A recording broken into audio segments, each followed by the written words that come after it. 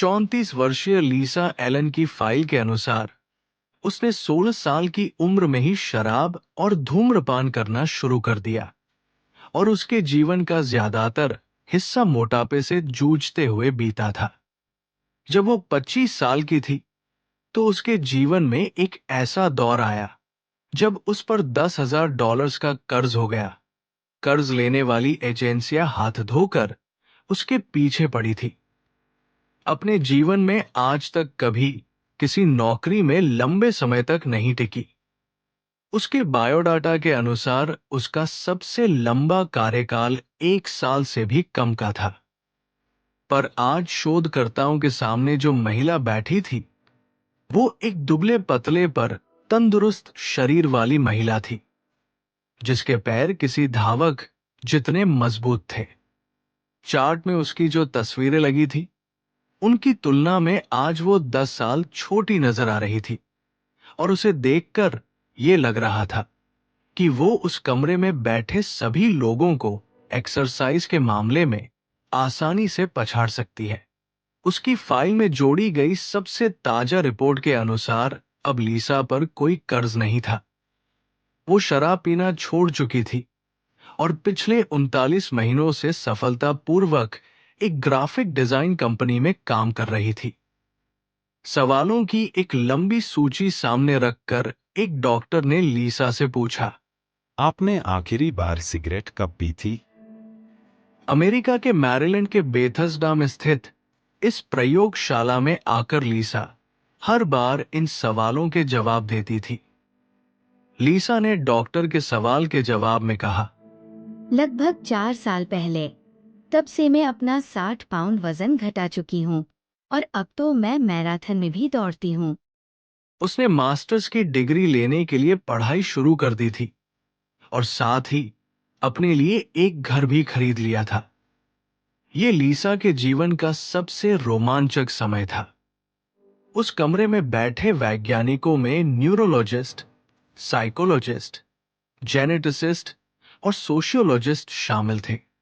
National institute of health से मिलने वाली राशि की मदद से ये वैज्ञानिक पिछले 3 सालों से लीसा और उसके जैसे 2 दर्जन से अधिक लोगों से सवाल जवाब कर रहे हैं। इसमें धूम्रपान की लत से ग्रस्त रह चुके लोगों के साथ साथ अत्यधिक खाने, शराब और अत्यधिक खरीदारी जैसी अन्य लतों से ग्रस्त लोग भी शामिल थे। इन सभी कैंडिडेट्स में एक बात समान थी कि उन्होंने बहुत ही कम समय में अपने जीवन को एक नई दिशा दी थी। शोधकर्ता उनकी इस सफलता का कारण जानना चाहते थे, इसलिए उन्होंने इन लोगों के वाइटल साइंस का टेस्ट किया। डेली रूटीन जानने के लिए उनके घरों में कैमरे लगाए और उनके डीएनए के कुछ भागों को एक क्रम में रख दिया। फिर उन्होंने प्रयोग के दौरान कैंडिडेट्स को स्वादिष्ट भोजन और सिगरेट के धुएं की तेज महक जैसे लालच दिए। वह ठीक उसी समय तकनीकी सहायता से उनके सिर के अंदर झांका और दिमाग में बहने वाले ब्लड और इलेक्ट्रिकल इंपल्सेस पर गौर किया। शोधकर्ता ये समझना चाहते थे कि न्यूरोलॉजिकल लेवल पर ये आदतें कैसे काम करती है और इन्हें करने के लिए क्या करना होगा। सवालों की एक सूची रखते हुए एक डॉक्टर ने लिसा से पूछा, तुमने ये कहानी कई बार दोहराई है, लेकिन मेरे कई सहकर्मियों ने तुम्हारी कहानी तुम्हारे मुंह से नहीं सुनी है। अगर तुम्हें इतराज ना हो तो क्या तुम हमें बता सकती हो कि तुमने धूम्रपान की आदत कैसे छोड़ी? इसकी शुरुआत मिस्र की राजधानी कायरो में हुई थी। लीसा ने बताया कि उसके अनुसार वहां हॉलिडे मनाने का निर्णय जल्दबाजी में लिया गया था। कुछ महीनों पहले ही एक दिन लीसा का पति जब काम से घर लौटा तो उसने लीसा को बताया कि वह किसी और से प्रेम करता है और इसलिए वो लीसा को तलाक दे रहा है। लीसा को अपने पति से मिले धोखे और तलाक को स्वीकार करने में काफी समय लग गया। पहले कुछ दिनों तक वो बहुत दुखी रही। फिर वो पति की जासूसी से लेकर उसकी प्रेमिका का शहर में पीछा करने और आधी रात को उसे फोन करके बिना कुछ बोले फोन काटने जैसी हरकतें करती रही। फिर एक शाम नशे में धुत होकर वो अपने पति की प्रेमिका के घर पहुंच गई और उसका दरवाजा पीटते हुए जोर जोर से चिल्लाकर उसका घर जलाने की धमकी देने लगी। वो मेरे जीवन का सबसे बुरा समय था। मैं हमेशा से मिस्र के पिरामिड देखना चाहती थी, लेकिन तब तक मेरे क्रेडिट कार्ड्स की अधिकतम सीमा समाप्त हो चुकी थी। मिस्र की राजधानी कायरो में पहले दिन सुबह सुबह लीसा की नींद पास की एक मस्जिद से आती अजान की आवाज से खुली। उसके होटल के कमरे में अंधेरा था। हवाई जहाज की यात्रा से थकी हुई लीसा अंधेरे में ही सिगरेट ढूंढने लगी। उस समय वो मानसिक रूप से इतनी अस्थिर थी कि जब उसे प्लास्टिक जलने की बदबू आई, तब जाकर उसे एहसास हुआ कि वो सिगरेट की जगह पेन जला रही है। पिछले 4 महीनों में लीसा कई बार रोई थी। वो मन बहलाने के लिए दिन रात खाती थी और ठीक से सो नहीं पाती थी। इस दौरान वो बहुत शर्मिंदा, असहाय, उदास और क्रोधित महसूस करती थी। ये सब सोचकर बिस्तर पर लेटे लेटे ही उसे रोना आ गया। वो बुरी तरह से टूट चुकी थी। लीसा कहती है, मुझ पर उदासी की लहर सी छा गई थी।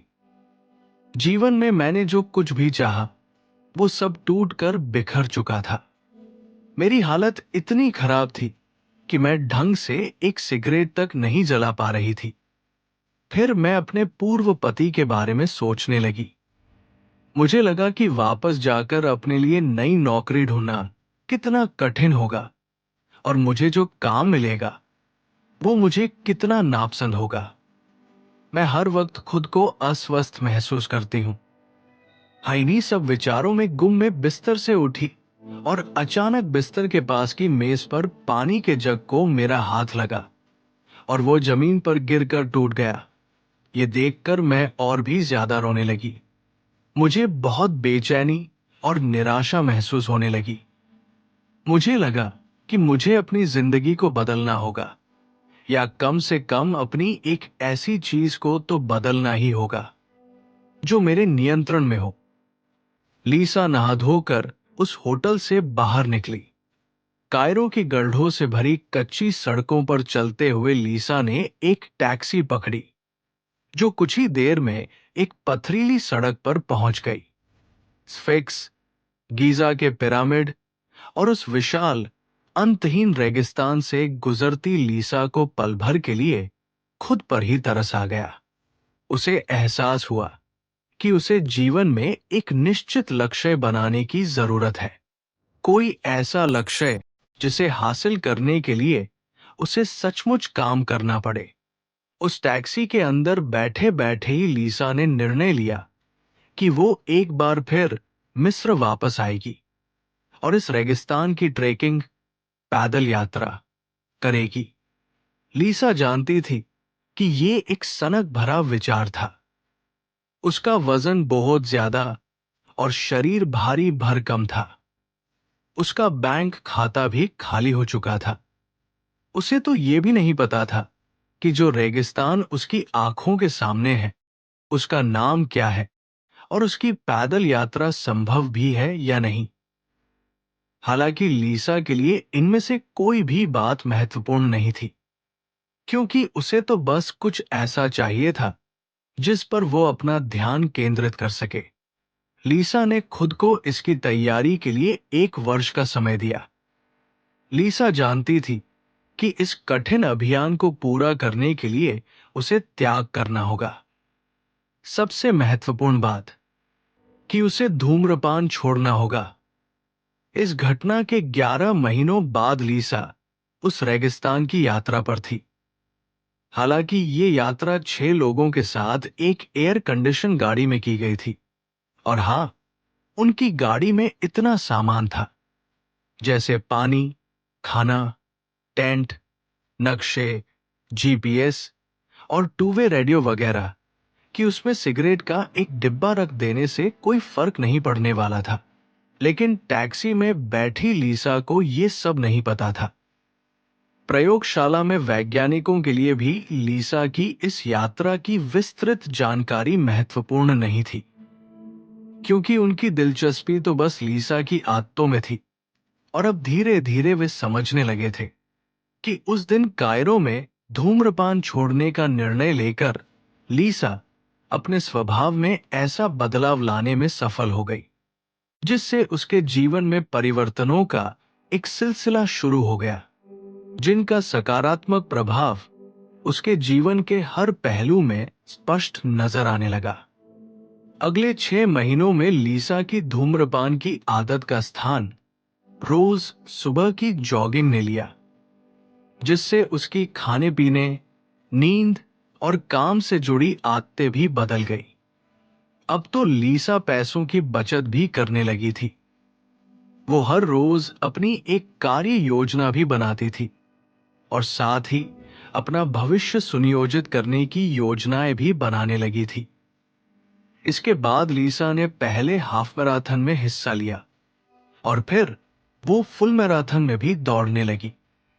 उसने अपनी उच्च शिक्षा पूरी करके अपने लिए एक घर भी खरीद लिया और फिर एक अच्छे लड़के से उसकी सगाई भी हो गई। आखिरकार उसे वैज्ञानिकों के अभ्यास के लिए चुना गया। शोधकर्ताओं ने लीसा के दिमाग की छवियों का परीक्षण किया तो उन्हें कुछ उल्लेखनीय बातें दिखाई दी। उसके न्यूरोलॉजिकल पैटर्न्स, यानी उसकी पुरानी आदतों की जगह कुछ नए किस्म के पैटर्न्स यानी नई आदतों ने ले ली थी। वे अब भी उसकी पुरानी आदतों की न्यूरल एक्टिविटीज देख सकते थे, पर अब उसकी पुरानी इंपल्सेज पर नए अर्जेस हावी थे। जैसे जैसे लीसा की आदतें बदली, उसका मस्तिष्क भी बदल गया। वैज्ञानिकों का मानना था कि लीसा में आए इस बदलाव का कारण कायरो की वो यात्रा नहीं थी और न ही इसका संबंध लीसा के तलाक या रेगिस्तान की यात्रा से था। लीसा ने सबसे पहले धूम्रपान की आदत बदलने पर ध्यान केंद्रित किया और यही उसके अंदर आए बदलाव का मुख्य कारण था। इस अभ्यास में हिस्सा लेने वाले अन्य प्रतिभागी भी ठीक इसी प्रकार की प्रक्रिया से गुजरे थे। अपने सिर्फ एक पैटर्न, जिसे मुख्य आदत कहा जाता है, पर ध्यान केंद्रित करके लीसा अपने जीवन के अन्य रूटीन्स यानी तयशुदा आदतों को बदलना भी सीख गई थी। ऐसा नहीं है कि ऐसे बदलाव केवल व्यक्तिगत स्तर पर ही संभव है। अगर कोई संगठन भी अपनी आदतें बदलने पर ध्यान केंद्रित करता है तो उसमें बदलाव संभव है। Procter and Gamble, Starbucks, Alcoa और टारगेट जैसी कंपनियों ने इस इनसाइट को अच्छी तरह समझा है। इसीलिए अब ये कंपनियां अपने ग्राहकों व कर्मचारियों की हर तरह की आदतों को प्रभावित करने में सक्षम हो गई है। जैसे काम कैसे पूरा हो, कर्मचारियों से संवाद कैसे हो और ग्राहक को पता चले बिना उनकी खरीदारी को प्रभावित कैसे किया जाए वगैरह। वैज्ञानिकों का मानना था कि लीसा में आए इस बदलाव का कारण कायरो की वो यात्रा नहीं थी और न ही इसका संबंध लीसा के तलाक या रेगिस्तान की यात्रा से था। लीसा ने सबसे पहले धूम्रपान की आदत बदलने पर ध्यान केंद्रित किया और यही उसके अंदर आए बदलाव का मुख्य कारण था।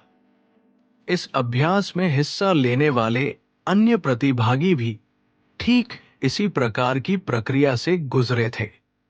अपने सिर्फ एक पैटर्न, जिसे मुख्य आदत कहा जाता है, पर ध्यान केंद्रित करके लीसा अपने जीवन के अन्य रूटीन्स यानी तयशुदा आदतों को बदलना भी सीख गई थी। ऐसा नहीं है कि ऐसे बदलाव केवल व्यक्तिगत स्तर पर ही संभव है। अगर कोई संगठन भी अपनी आदतें बदलने पर ध्यान केंद्रित करता है तो उसमें बदलाव संभव है। Procter and Gamble, Starbucks, Alcoa और टारगेट जैसी कंपनियों ने इस इनसाइट को अच्छी तरह समझा है। इसीलिए अब ये कंपनियां अपने ग्राहकों व कर्मचारियों की हर तरह की आदतों को प्रभावित करने में सक्षम हो गई है। जैसे काम कैसे पूरा हो, कर्मचारियों से संवाद कैसे हो और ग्राहक को पता चले बिना उनकी खरीदारी को प्रभावित कैसे किया जाए वगैरह। भाग 1 समाप्त।